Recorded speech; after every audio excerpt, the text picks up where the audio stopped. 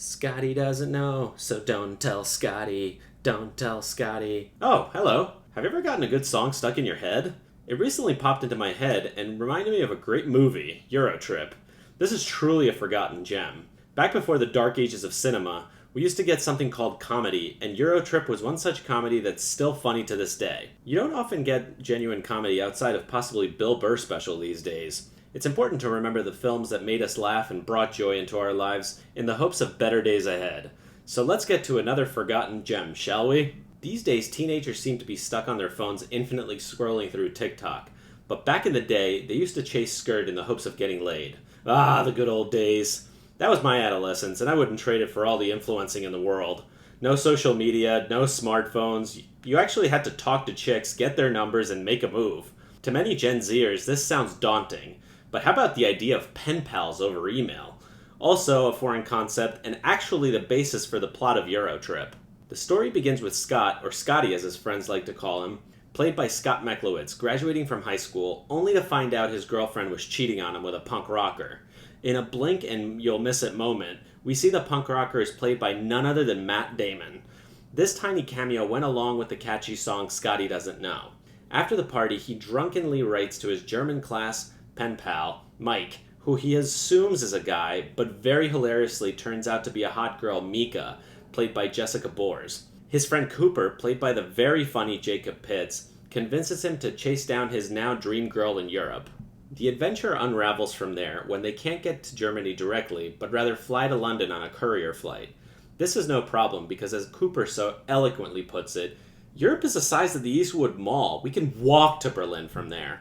It's lines like these, simple comedy, that we've been missing from cinema lately. So they get to London and need to wait a night to catch a flight to Berlin.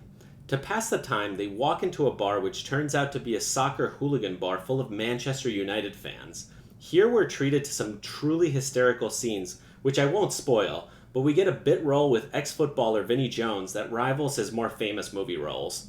They wind up getting 3 sheets to the wind drunk and wind up on a bus to France. Hey, we've all been there, bro. So they meet up with their friends Jenny and Jamie, played by Michelle Trachtenberg and Travis Wester, who are on vacation touring historical sites. They make a pact to get Scotty to Berlin to find Mika.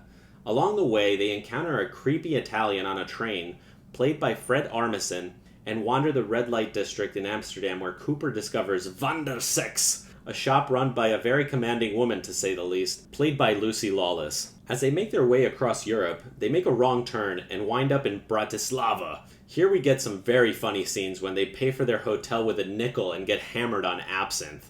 Some truly funny moments here. When they finally get to Berlin, they find that Mika went on a class trip to Italy. The little kid in this scene is side-splittingly comical. You definitely wouldn't see this scene nowadays, but it's this kind of visual, zany comedy that's been missing from today's films.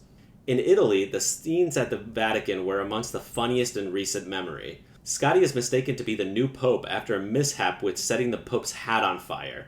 This draws the attention of Mika, and they finally find each other. The acting in Eurotrip is spot on.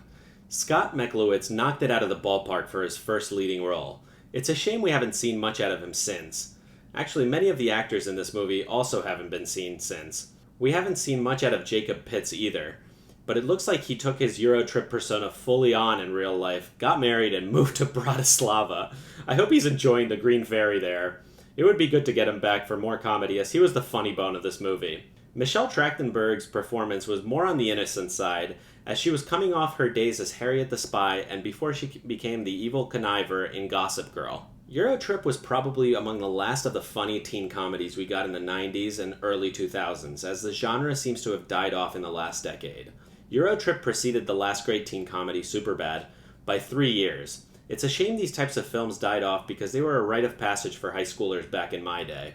I remember sneaking in to watch American Pie, and it was exhilarating to know I was getting away with something. Overall, Eurotrip is a fun teen comedy. The pacing is just right, as you're not over or underwhelmed by the joke delivery. Conceptually, it's been done before, but the context of Europe with its cultural intricacies makes this movie funnier than most of the rest of the genre. Since there's been a dearth of genuine silly comedy, this is a good movie to hunt down for a few good laughs. Go see this movie. And remember, don't tell Scotty. If you like this video, hit that like button and subscribe for more great content.